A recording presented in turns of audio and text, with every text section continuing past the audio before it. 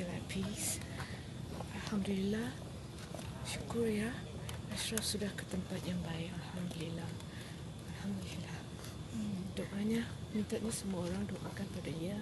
Fatihah baginya, Qur'an baginya. Alhamdulillah. Yes, sosok rest in peace, but always cherish and remember all the good things he has done for people.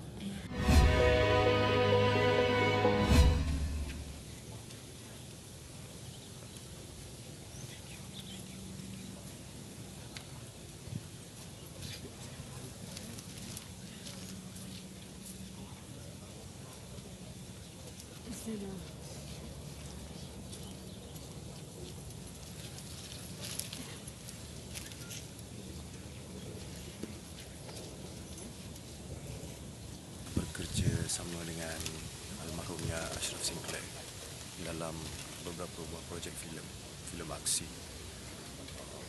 Hubungan itu mula terjalin daripada tahun 2018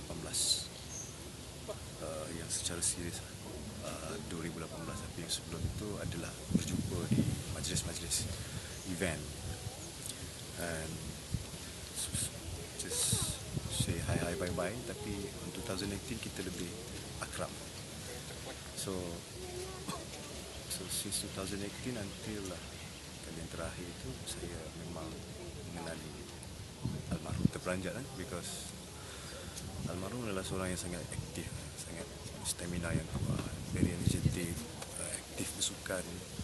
Tapi bila jadi hal macam ni semua pun jadi terperanjat. I myself pun rasa masih lagi macam tak percaya, tapi ini adalah ketentuan Tuhan yang kita kena terima.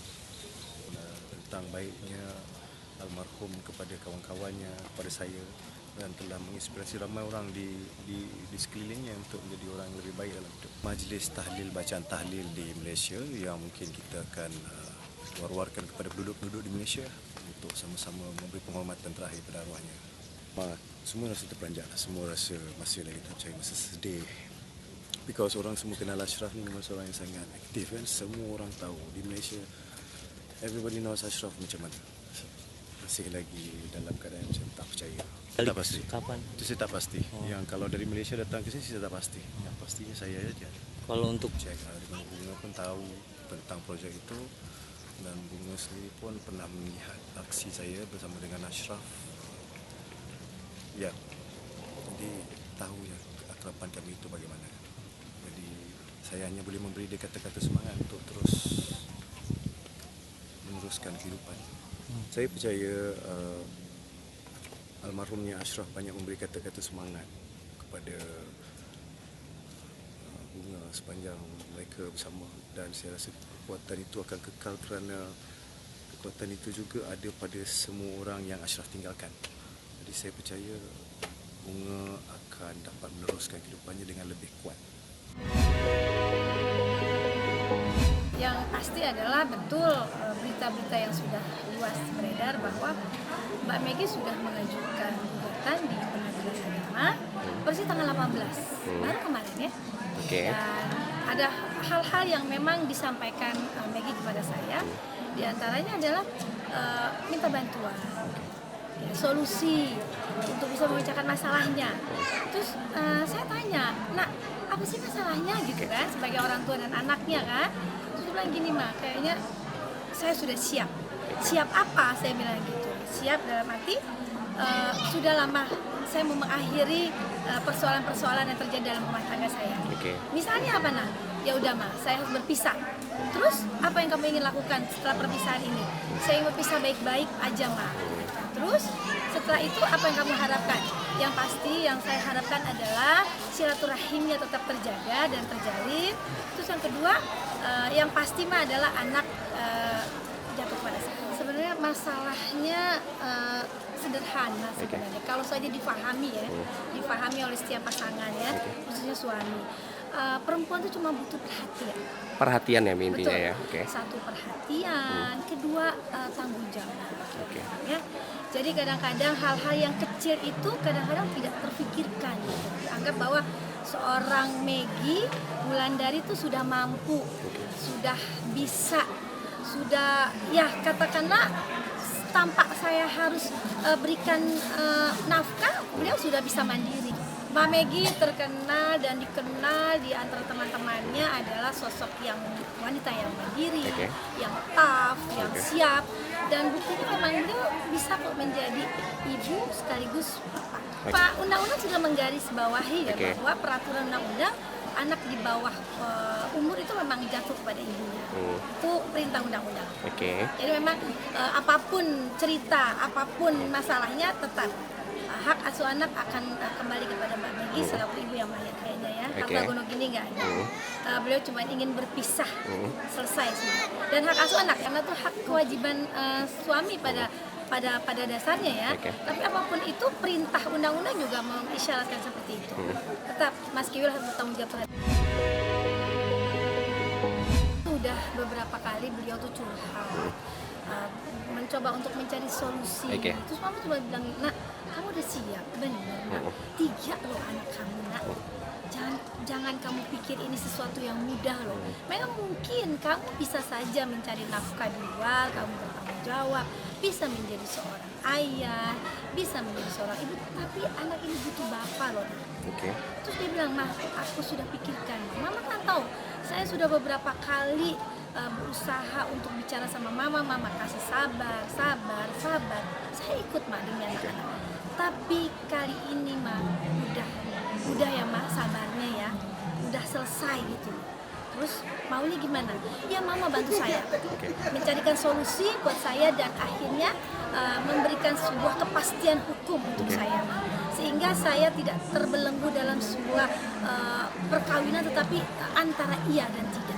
Antara iya dan tidak ya Mia.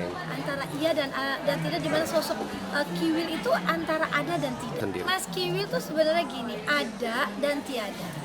Kadang sosoknya ada, kadang sosoknya tiada.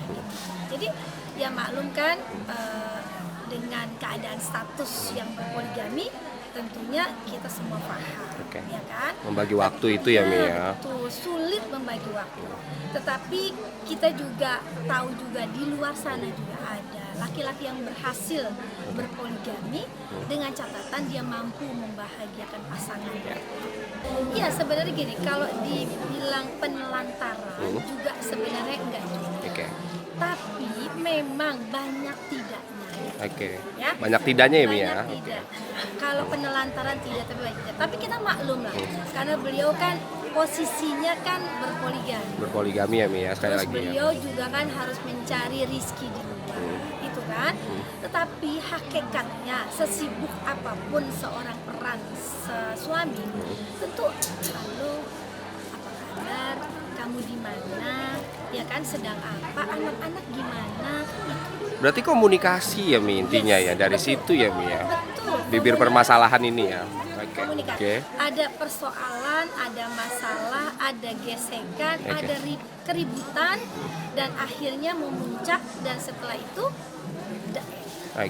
untuk memutuskan hak talak itu kan ada pada suami kan? Tapi ingat, ada aturan-aturan, ada hal-hal yang juga tidak boleh dilanggar oleh seorang laki-laki, kan begitu. Tapi apapun itu bentuknya, kita serahkan semuanya ke peradilan, karena lembaga peradilan itu adalah lembaga yang memutuskan, ya kan, setiap persoalan-persoalan yang terjadi. Banyak di luar sana laki-laki tidak mau, tetapi pada akhirnya putus. Jadi kita tunggu saja proses peradilannya, dan pada akhirnya nanti waktu yang menentukan dan waktu yang menjawab putus atau tidaknya persoalan. Luar biasa saya katakan ya, dia kuat, dia siap, dan dia super. Yang arti adalah Wonder Woman kalau saya katakan. Wonder Woman ya Mi ya.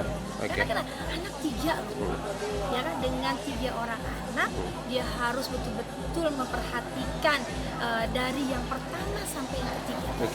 Dan bukan cuma itu, ada biaya yang harus diperhatikan. Dan yang ditanggung juga ya Mi ya. Itu yang harus diperhatikan. Jadi buat saya adalah luar biasa. Seorang Megi Bulan dan begini, Mas, saya sudah siap.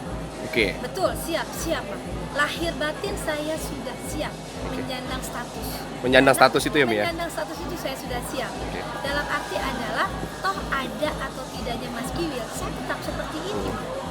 tetap keluar sendiri, tetap saya harus mandiri, saya harus mensupport anak-anak, saya harus memperhatikan anak-anak. Jadi akhirnya saya berpikir daripada saya berbuat dosa, dalam arti dosa adalah bukan dosa yang dalam kapasitas berbuat sesuatu yang tidak baik, bukan ya? Iya, Mi. Kan setiap saat kan orang harus keluar.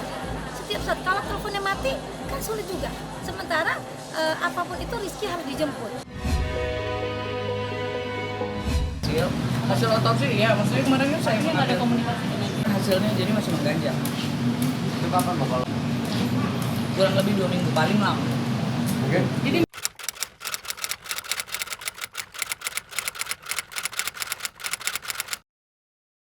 Jadi jangan lupa untuk subscribe Cumi Cumi. Ditekan ya tombol lonceng merahnya.